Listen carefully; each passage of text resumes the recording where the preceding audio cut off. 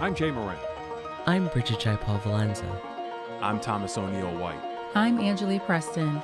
We need to get together and let our voices be heard. This is What's Next, a dedicated hour to have important conversations about the issues facing the marginalized and underrepresented communities of Western New York and Southern Ontario. We're going to have some real healing. We've got to have space to tell some uncomfortable truth. What's Next continues our mission to discuss race, Equity, And the common concerns of Buffalo's East Side and beyond. In the suburban area, everywhere, we must work and teach our children. This is What's Next, and today we are going to talk about incarceration in New York State, specifically a campaign or an organization called RAPP, R-A-P-P, Release Aging People in Prison. With us, the Buffalo community organizer for RAPP, Donna Robinson. Hi, Donna. Hey, Jay. How are you? I am well, and I appreciate you coming in to talk to us. There's a lot to talk about here for sure. Your website has a lot of facts. Let's just get into a couple of them. There are more than 31,000 people incarcerated in New York State prisons right now, the large majority of whom are Black and Latinx people. It costs New York between $120,000 to $240,000 annually to incarcerate one older person. Let's talk about what we know about what life is like for an older person in prison in New York State.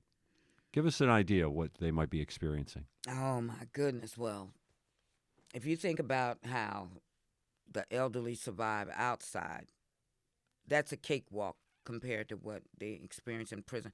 First of all, medical treatment is slim to none. Most of the time, it's none. During the pandemic, when people were being diagnosed with COVID, the only medication that they prescribed was water and Tylenol, and sometimes you didn't get either. Now I have friends, I call them, who are incarcerated, been there for 25, 30, 40 years. How old are they now, maybe? They're in their 60s, 70s. Okay. They've been there so long. You have to understand they're sleeping on a metal slab with a very thin mattress. The bodies have broken down. The shoes, they call them state boots. They give you a wardrobe when you come into the carceral system. The boots, they mess your feet up so that you won't even be able to wear regular shoes once you come home. Oof. The fact that you have to put in a call slip if you're having a medical emergency, and then wait for somebody to get back to you to let you know when you can be seen by a doctor, it can take months to years. And you think about the women, because we have 3 women's facilities in New York State. The care that they get, we are fighting now for something called the CARES, the CARES Act. Okay. And it was spearheaded by a former incarceree named Serena Liguori out of New Hour, Long Island. She's the executive director now. She came home from prison after serving decades, and now she started her own organization. Well, this bill is in alignment with the women's issues, especially the pregnant women.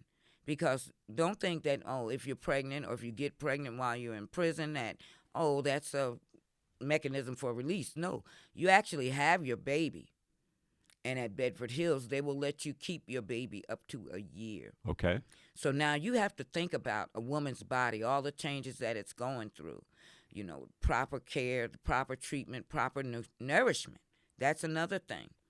So this bill would be empowering the women who are having babies to not suffer in silence, the postpartum depression, which a lot of people who are on the outside have an issue dealing with.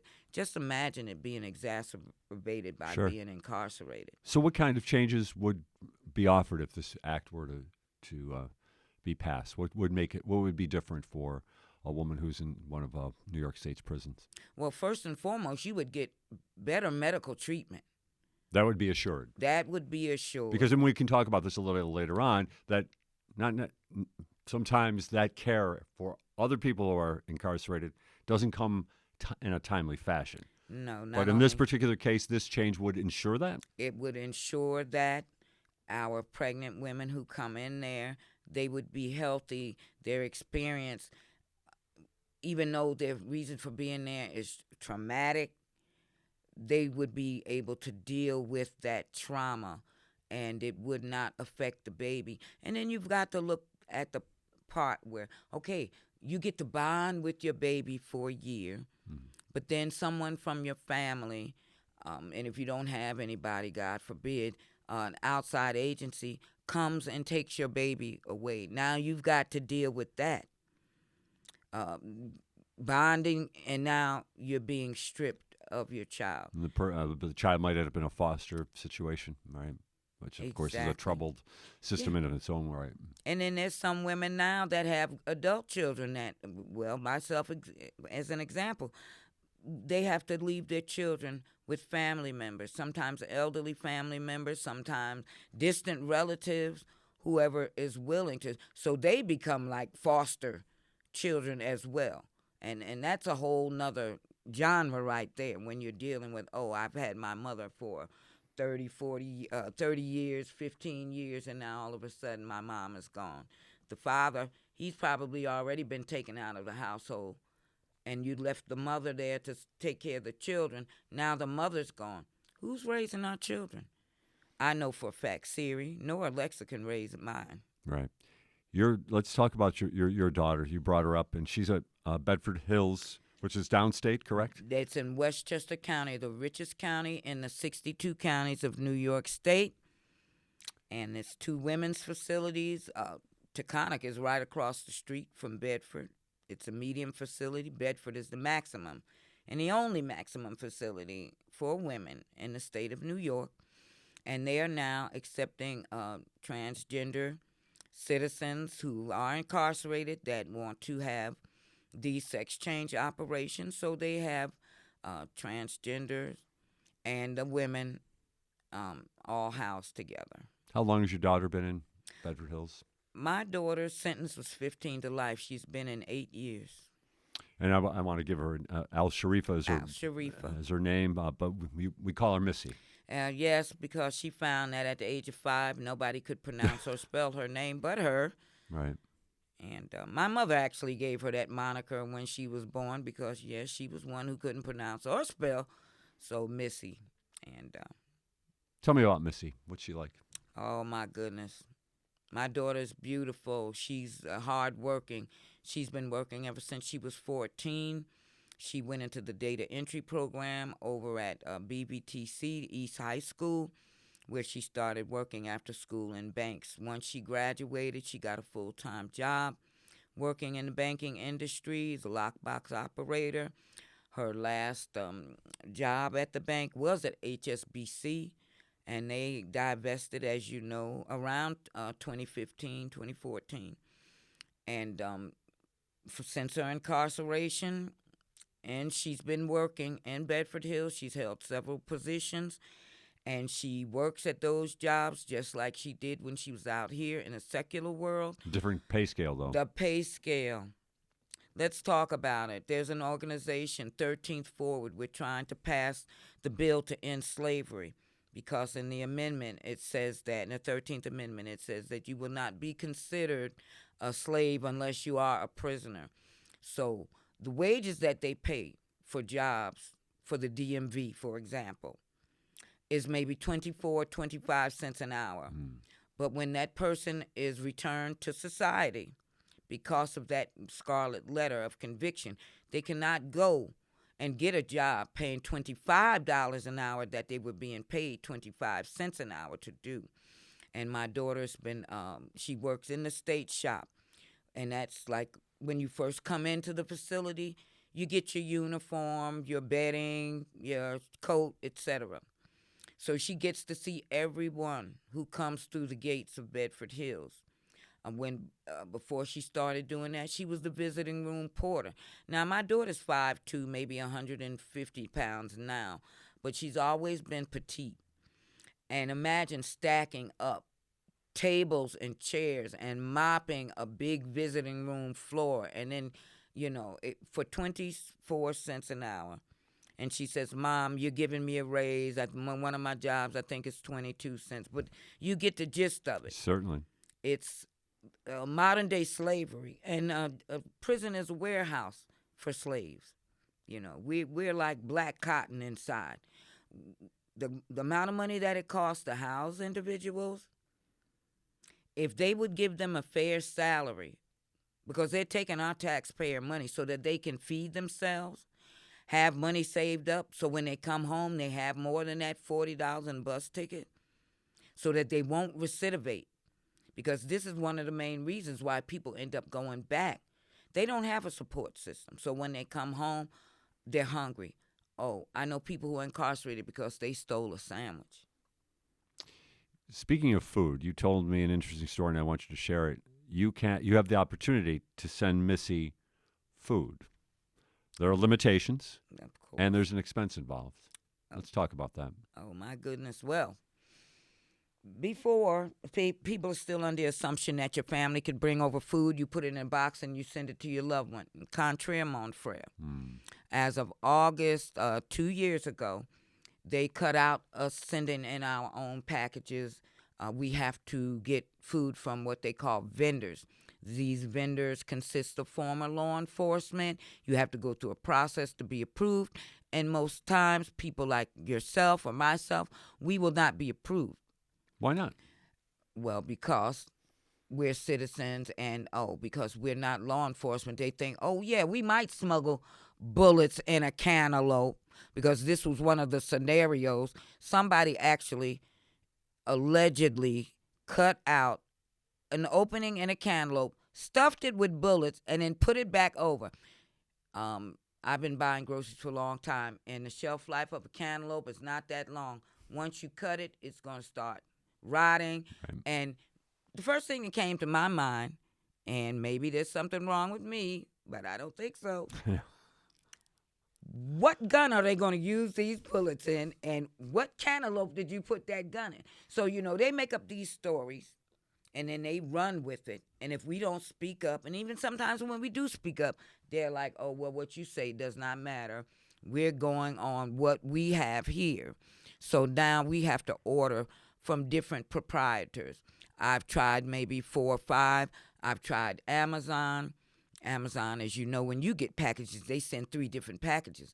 Well, the stipulations are you can receive 2, a possible 3 packages per month per individual, but they cannot weigh more than 40 pounds, and they have to be foods that are approved by the Department of Corruption. Okay.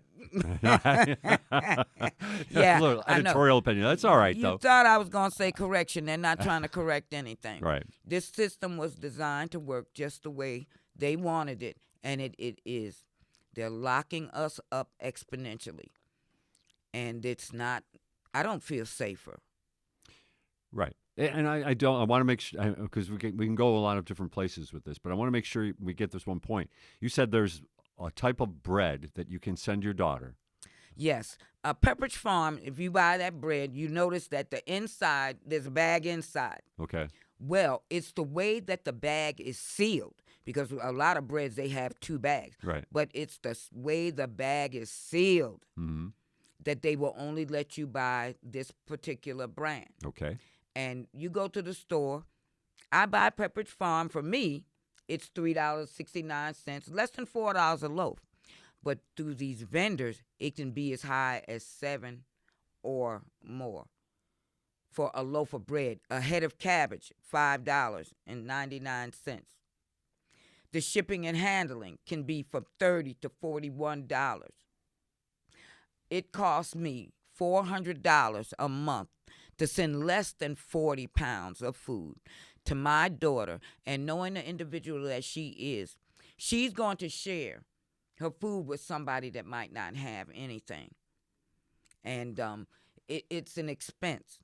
And if it's not many of us can even afford to spend that much money for groceries for ourselves to survive. Now imagine you sustaining a whole family and then taking care of people who are incarcerated.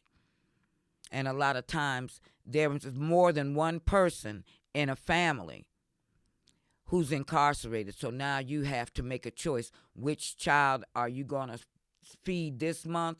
Are you going to eat? To me, that's inhumane. Right. Of course they can go to the mess hall. Oh, but the food in the mess hall, sometimes it comes in labeled not fit for human consumption. And when they do cook it, you really don't think that they're going to be using seasoned salt and lemon pepper. And no, you can find excrement from mice because rodents run rampant. You can find pieces of wood, what have you, in the food.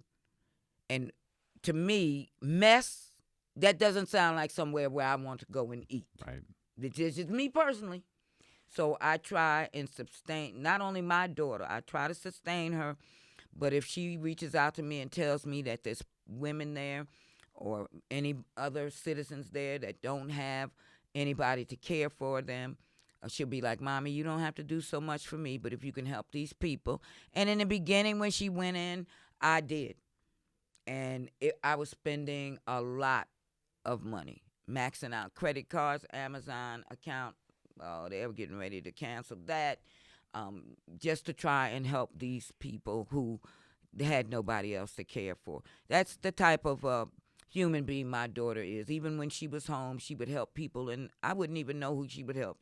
It was after incarceration that people came to me and said, she paid my mortgage, or she bought me food, or she sent me packages with toiletries and things like that. In her tenure working for the bank, she would always do the Jerry Lewis Telethon. She would do the corporate challenges she worked at M&T, Key Bank, Gold Dome before it became M&T back in the day. So that's the type of human being, and she's my bright light. We used to do stand-up comedy, a couple open mic nights. She's funny, and she said when she went to prison, she said, Mommy, you're really funny. You should still keep telling jokes. And I'm like, you being incarcerated, I find that I don't have anything to laugh about. But in these 8 years, we laugh to keep from crying. That's what I say. I mean, things that you wouldn't think to be funny behind the wall, she tells me about them, and I actually have to crack up. So, she's a wonderful human being, a great mother. The only thing she wants to do is come home, hold her grandbabies, and read to them. She didn't even care. She said, Mommy, if they gave me an ankle monitor and I could just come home and be home and eat your good cooking and play with my grandbabies, that would be it for her. But I'm working on her clemency now. She said that they sent her packet in. So like a lot of other clemency applications, they're sitting on the desk. Kathy Hochul, she's got the power.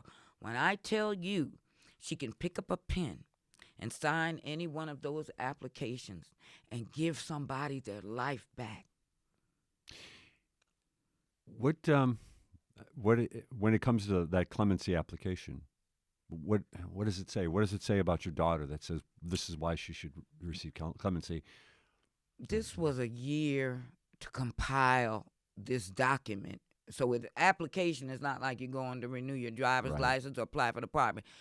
This is consisting of letters of support, people from the community that know her, that have a reentry plan, housing, where are you going to live, letters of support from her family, my mother, who's still alive. And yes, believe it or don't. Hi, Mama. I always wanted to say that. She's 86 years blessed, and she's waiting. I don't know how much longer she says she can hold on, but she's waiting for one of her favorite grandchildren to return to her. There's a video in there where she actually gets to speak and tell why it's imperative for her to come home. She's gotten an associate's degree last May. She got it while in prison. Hills? Wow. They have a program with Marymount College at Bedford where they send in the information. It takes a little bit longer. It's a process, but at least you're using your time wisely. And this was something she couldn't do when she was home. She worked. She worked from the age of 14, so college was not an option. She had a salary. When I couldn't take care of myself, she took care of me, her siblings. So now she's getting an education, but her health is failing. At 48 years old, before she went in, she had a stroke. So she had angioplasty, surgery. She's had a heart murmur. And now she's having female problems she's been dealing with for 2 years. And this is where I say the CARES Act and talking about health care for women. You know, she has a period that lasts 2 or 3 months, so much so that they had to take her out to a hospital for a blood transfusion, only to bring her back. And then her period started again. So now they're taking her in and out, MRIs, testing. This has been going on for a year, over a year. So her body is breaking down from a woman who used to be able to go to the balls for the Masons and wear the stilettos. She can barely walk in the state shoes. Her back and her spine is breaking down from lying on that slab of metal, doing that hard work. And I tell her, that prison has been there, was there before you came. It's going to be there long after you've left. You cannot get up all the dirt, all the marks. You can't clean up the ilk that's in the walls, the women who have died there, the woman from Buffalo, our citizen from Buffalo who died at Bedford Hills. Who was that? Her name was Darlene Lulu, they called her Benson Say. She comes from a large family here in Buffalo. The family was impacted ever since their parents were killed. Her mother was killed. And Lulu wouldn't hurt anybody. You would see her in the community, in the park, whatever. But she was convicted of a crime, and she served time in Bedford Hills. We were fighting for Lulu to come home. She was the first woman to die of COVID. Oh. They took her out because she had heart surgery. From what I understand, they sent her back right after the surgery. She contracted COVID. The individuals who were there with her, they tried to nurse her because, as I said, Tylenol and water was all they gave. They tried to nurse her back to health, but to no avail. It was too late, and she died in Bedford Hills. The woman who died in Bedford Hills, Valerie Gator, she was the impetus for me joining Right, the yeah, organization. that's right. We haven't talked about. Let me just reset, just so everyone knows that this is Donna Robinson with me from the Release Aging People in Prison campaign. She's the Buffalo community organizer. Yeah, let's talk about Ms. Gator. Because, like you said, this was the reason why you got involved in this in the first place. Give me her story, please. Ooh. Miss Val, that's what everybody Miss called Val? her. Okay. Her name was Valerie Gator. She had been in Bedford Hills ever since she was 19 years old. Miss Val passed away in Bedford Hills at the age of 61. Her sentence was 50 to life. She wouldn't have been eligible for parole until she had served 50 years. She'd only served 41. She had to wait 9 more. Every individual that came into Bedford Hills, she mentored them. She was there as long as one of the superintendents. Everybody was wondering, when are you going to go home? She was in every program, numerous jobs. The one particular job she held was the click or the photographer. This is when my daughter, Missy, met her. She took her under the wing. She could tell that, you're not really familiar with this life. So this is what you're going to have to do in order to survive and make it out. She taught her how to take pictures. My daughter became the click then. Miss Val couldn't speak at times. She said her throat was bothering her. They put her on a diet of soft food and told her she had GERDs or acid reflux. Well, I have that too. I take some baking soda water if I can't get Prilosec or what have you. Burp, whatever, going about your business. But no. Miss Val was now taking care of puppies for veterans, raising puppies and things. And they got her the special diet while she was there. And she was like, I'm not feeling good, I can't talk. This is really hurting. They took her out. 2 weeks later, on a particular August 13th, I was visiting my daughter. And I'd been asking where Miss Val was. My daughter's like, they say she's sick. I haven't seen her in a while. I heard the officers talking on my way out and asking what was all the commotion that happened the day before. And one of them, they're mostly from downstate, so he said Gator died. And I'm like, oh, Lord, don't let him be saying Gator with that New York City accent. Before I could get to the train to get back to New York City, my daughter was calling, crying on the phone that Miss Val had passed away. I was on my way back to Buffalo. No sooner than I got back to Buffalo, they called and asked me if I would come to New York City and speak in front of the governor's office on Miss Val's behalf, because these bills that we're advocating for would have helped her. Fair and timely parole, elder parole. She would have had a chance at a fair parole hearing before she died of what was the coroner's report saying it was esophageal cancer. Not GERDs, not acid reflux, but cancer of the esophagus. This woman had suffered for over 2 years with that. And if she had proper medical treatment, could have been caught. But it's just the inhumanity of it. So she suffered before she died. She suffered, she suffered her whole life, even up to the commission of this crime. It was pretty heinous.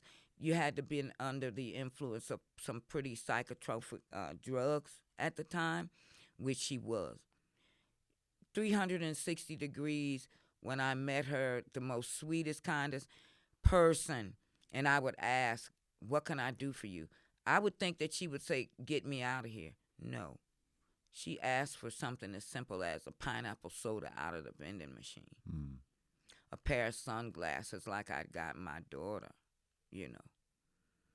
So this was the jump off. I'd been dibbling and dabbling in criminal injustice because I'm no stranger. My grandmother had a son. I was doing prison visits at the age of 5 in a state penitentiary. My brothers, my children, and grandchildren.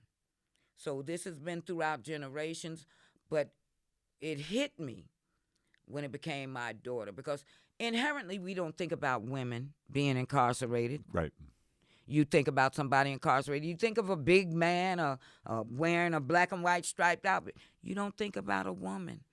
And there are women as old as my mother who are in Bedford Hills, and I see them.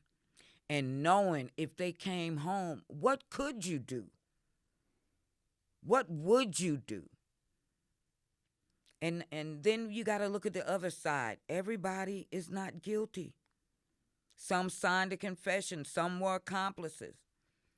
I am an advocate with some of the most, I wouldn't trade these people for all the tea in China, I say.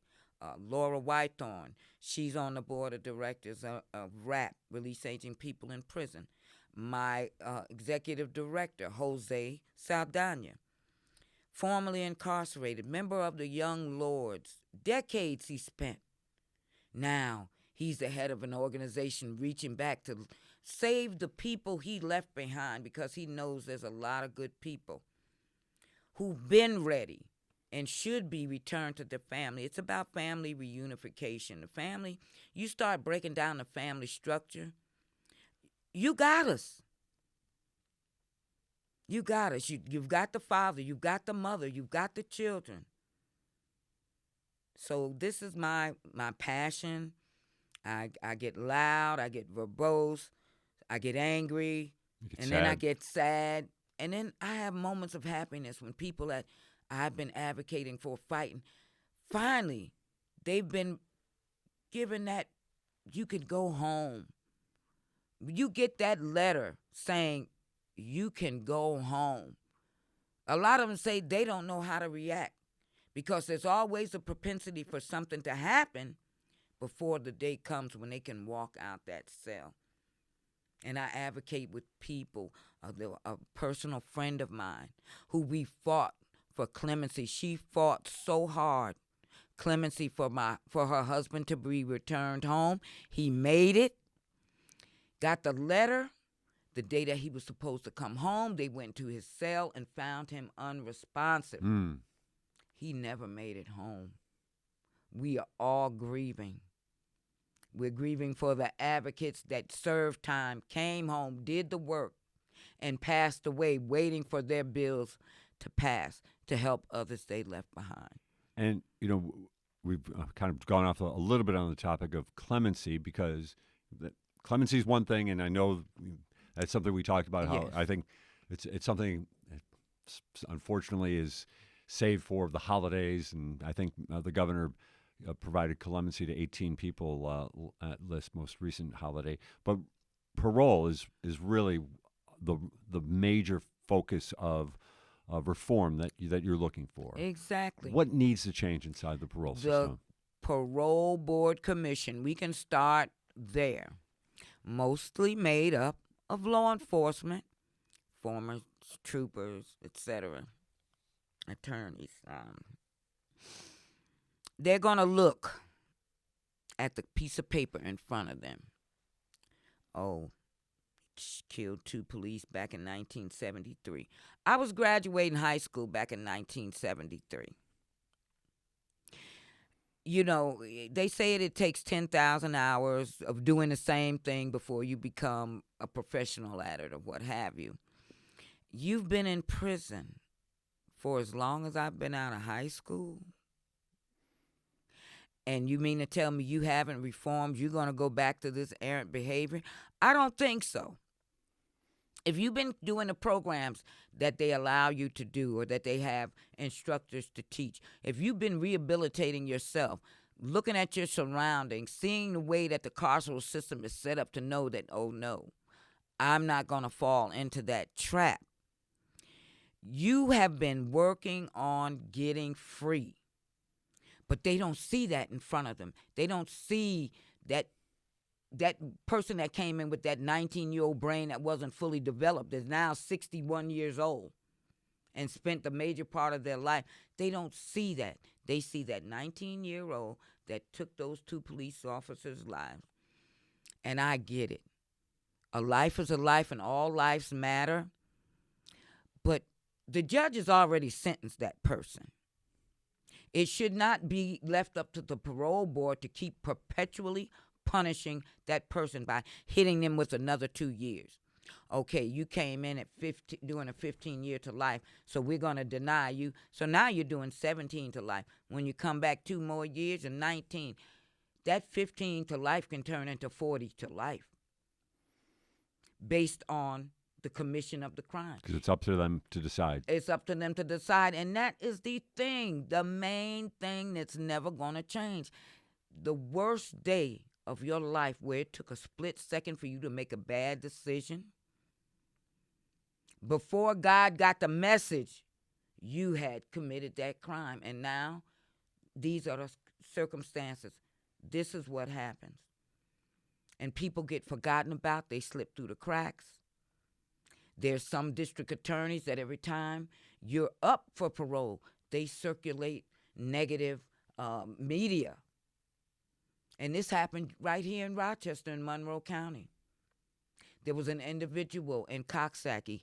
His name was Robert James Moore. He committed a crime in 1963.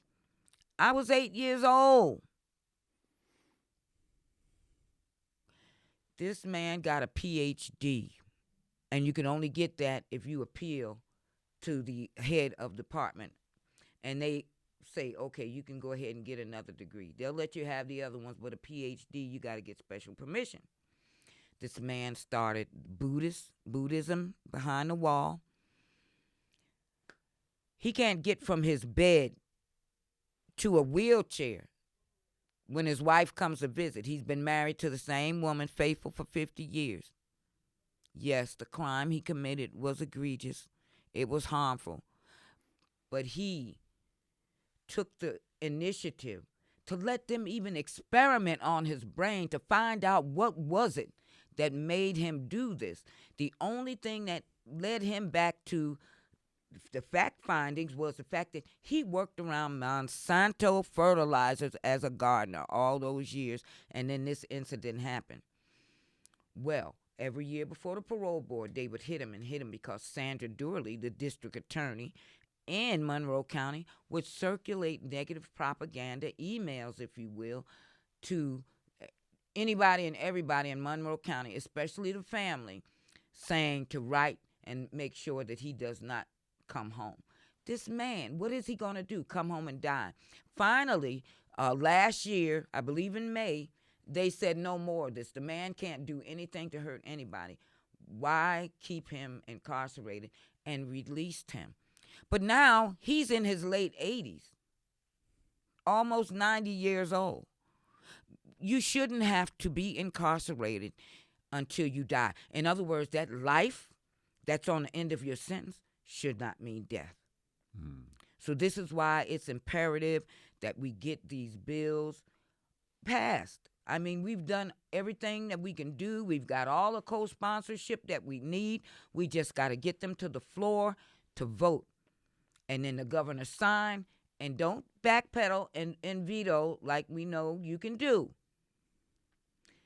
Because you're saving taxpayers' money and you're reuniting families, taking the burden, the propensity for that person to recidivate off the table. I know these people are not going to go back once they come home. And I find that the ones that they are releasing en masse that don't have a support system, those are the ones who they keep looping the stories in the papers because, oh, yeah, this person, we released them on parole, and now they've reoffended and they're locked up. Well, did that person have a community to welcome them back? Did they have family to welcome them, some place to live, proper medical treatment? Some of them need medication because even though they're in there for drug offenses, they're still getting drugs. So how are you rehabilitating people? And this is why I say it's not the Department of Correction. You're not correcting anything. Stay with us. There's more to come. This is What's Next on WBFO. Did you know that WNED PBS is always working on great new local shows for you to watch? Documentaries like Kleinhand's Gift to Buffalo, which tells the story of Buffalo's music hall. The hall is very intimate, and that intimacy makes everyone who comes in here feel a part of our family. Fun and educational series like Compact Science. Believe it or not, peppers are technically fruits. And Shakespeare's greatest hits, featuring some of his best-known soliloquies and monologues. We are such stuff as dreams are made of. You can watch them all on our website at WNED.org/local shows.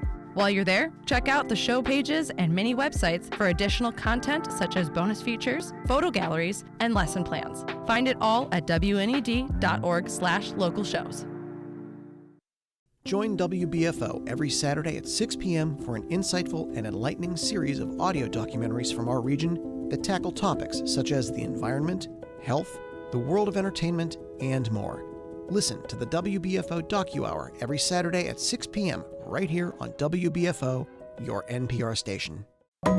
Watch great videos produced by your public media stations online. Find Buffalo Toronto Public Media on YouTube and check out interviews by our WNED Classical hosts, original productions from WNED PBS, and so much more. You're listening to What's Next, our place to discuss the important issues of our communities of Western New York and Southern Ontario. We want to hear from you. Click on the Talk to Us option in the WBFO app, and we will work to get your questions or comments on the air. Do you have a story or concern that we should be addressing? Email us using whatsnext@wbfo.org. Together we'll have the conversations that are needed. This is WBFO, your NPR station. We're coming down to our final few minutes here with Donna Robinson of RAPP, Release Aging People in Prison. She is the Buffalo community organizer. We talked about Missy Al-Sharifa, your daughter, who's in Bedford Hills, and you're seeking clemency. She would be eligible for parole when? 7 more years. And I can't even see that far ahead, you know. I hope I make it, but then if I don't, I know there's a lot of people out here that are invested and have skin in the game, that have heard my story, that I believe they will still fight. I've lost a son. It tragically took a car accident in Florida, a rollover accident, 2022. Sorry to hear that. So I know what it's like to lose a child, a loved one. I just can't see going through that again, especially under these circumstances, when I know that there are people out here that have the power to change the trajectory of so many people's lives, not just here in Western New York. I was on a committee for no new jails. They want to build a new jail, and we know who they're building them for. They're not building them for you, me. They're building them for our grandchildren, great-grandchildren, children that we will never know. And so I just can't sit by and watch these things happening and not do anything, because I feel like my ancestors, you know, my grandmother did this. She's expecting more from me, and I'm expecting more from myself. I've been fighting all my life, so this is no different from any fight I've ever taken on. This is just one that's it's draining mentally, physically, financially, spiritually, and I just need a lot of help, especially in Buffalo. I know I can't be the only one who's got a loved one, a family member incarcerated for whatever reason. We still can't forget. We cannot forget about the least of our citizens. What does that say as us being a city of good neighbors, or having compassion for our fellow man, or even being Christians, you know? You talked about support systems. I want to also make sure that we talk about how you are supporting Missy's family currently. Well, I am, they live with me, some of her children, the majority of her children, all of her grandchildren live with me. I have to take care of her and anyone in prison who she says they might need a little help. I'll try and do what I can for them. My mother's still living. Sometimes I have to help her out. I have a nephew. His mother, my sister, is dead. So he's incarcerated, looking at 25 to life. I take phone calls. I reach out to any individuals that might be able to help, give resources. People in the community that have loved ones that contact me and say, listen, my child is here, my husband is here, my mom is here, and I can't get to them. I have no transportation. If I'm able, I will take them in my vehicle personally, or I will find a way to get someone to go and check on them. If they've been abused, there's agencies and people that can go inside now. I work with the UB Law Center, a very dedicated brother, Jerome Wright. Formerly incarcerated himself. I can't say enough great things about him. And if people wanted proof of what a life in prison can do for somebody, Jerome Wright's a good example. Jerome Wright is the poster child, and this is why I go as hard as I do, because I know that out of the 30,000 people that are incarcerated, there's 10,000 minimum, like Jerome Wright, who need to be home with their families. He hasn't stopped working since his feet hit the ground. Anything I ask him to do, personally, professionally, he's out there with the UB Law School. Jose Saldana, my executive director, came up a couple months ago. We had a screening of the interview, which is a very good movie. It's on YouTube, and it shows the interview process of going before the parole board, how they keep asking you questions about the crime that you committed and not asking you questions about who you are right now. And off the top of my head, Thomas Gant, another one, formerly incarcerated for decades, come home. Now he's teaching, University of Rochester. He is out here in the community.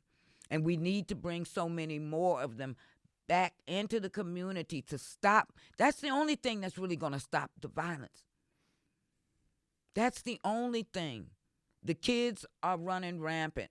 They don't know what direction to go, so they look to social media.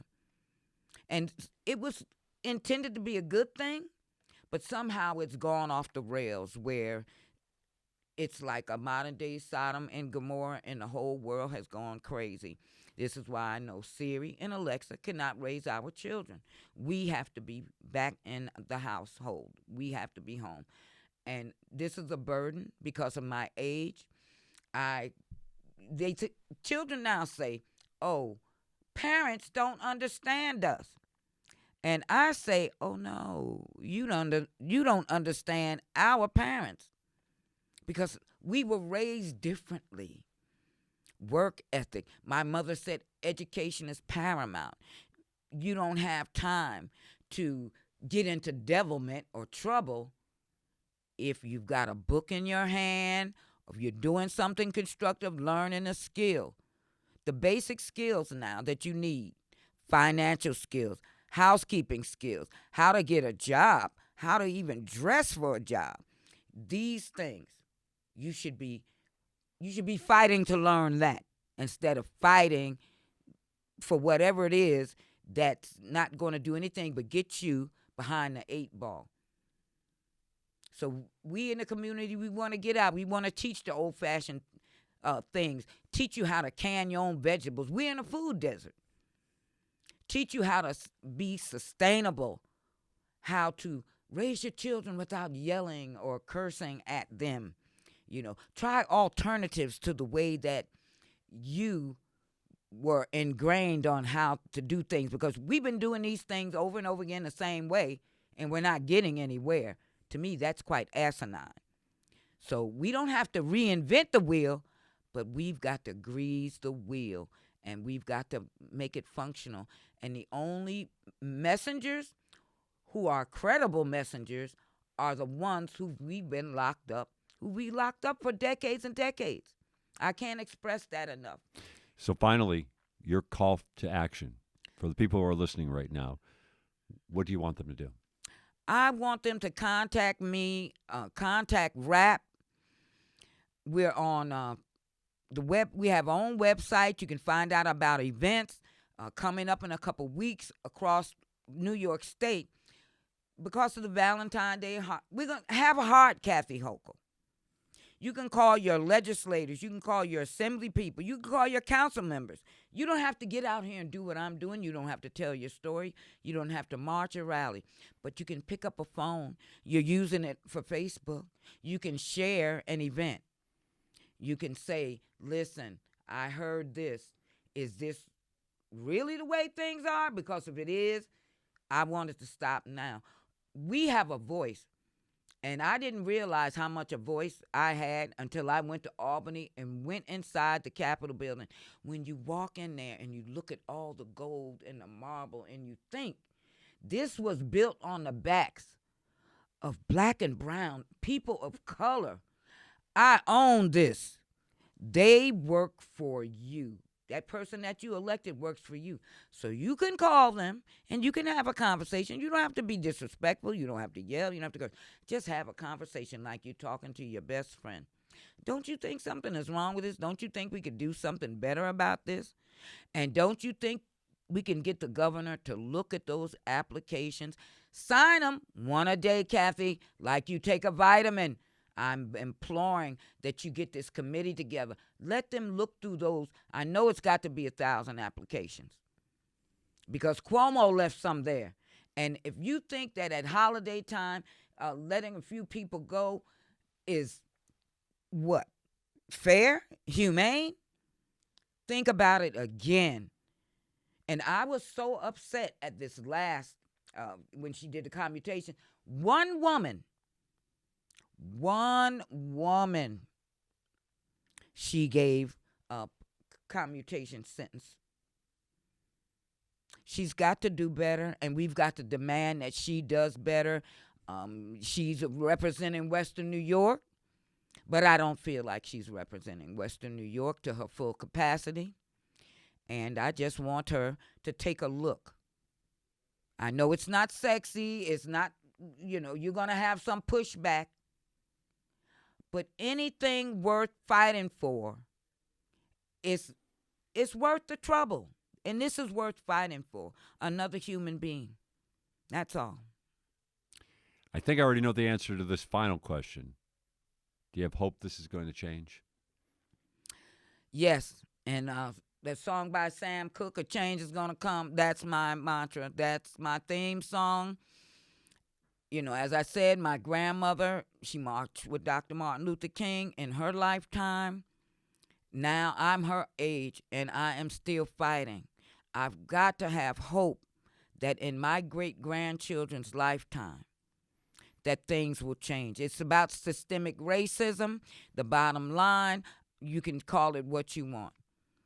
And up here in Western New York, we are combated with that every day. Every day. So we have to ask for what we want and not stop until we get it. This organization, RAPP, is the only one that fights for our elders.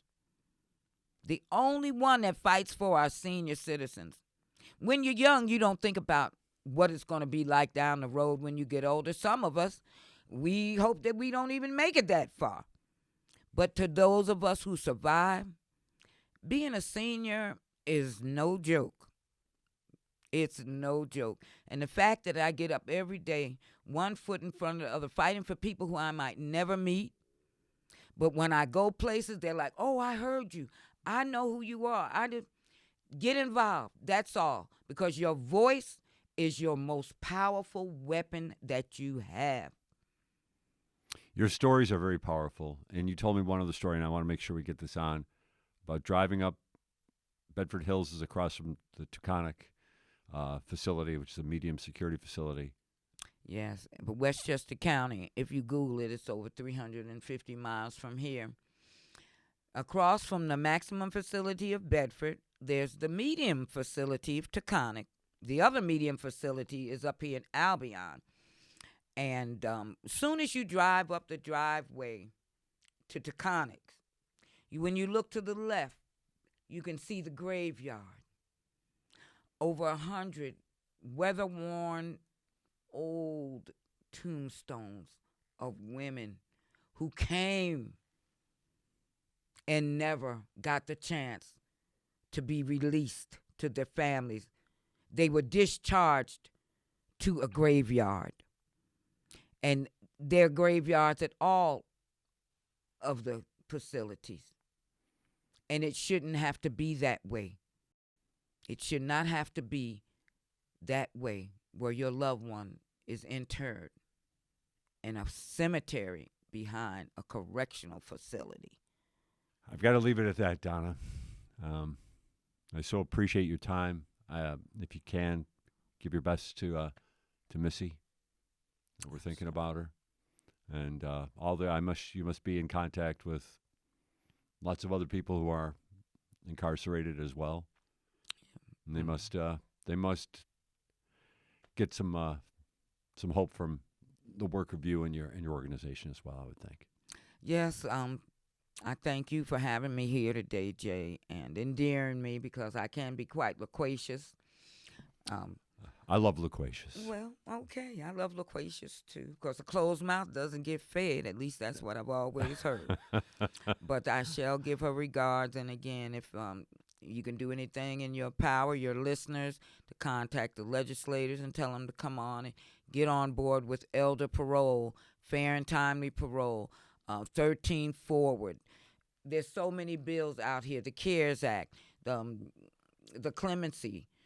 I have an advocate in Rochester who's our clemency director for RAPP, where you can, if you don't know anything about clemency, you can come online, you can find out, see what you can do if you have relatives that you know have been in there for decades and need this process started now or never, because as I said, it took a whole year to compile this information.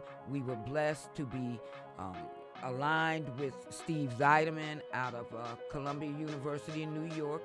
He had his 2 students to ingratiate themselves into our family. We feel like they're family members.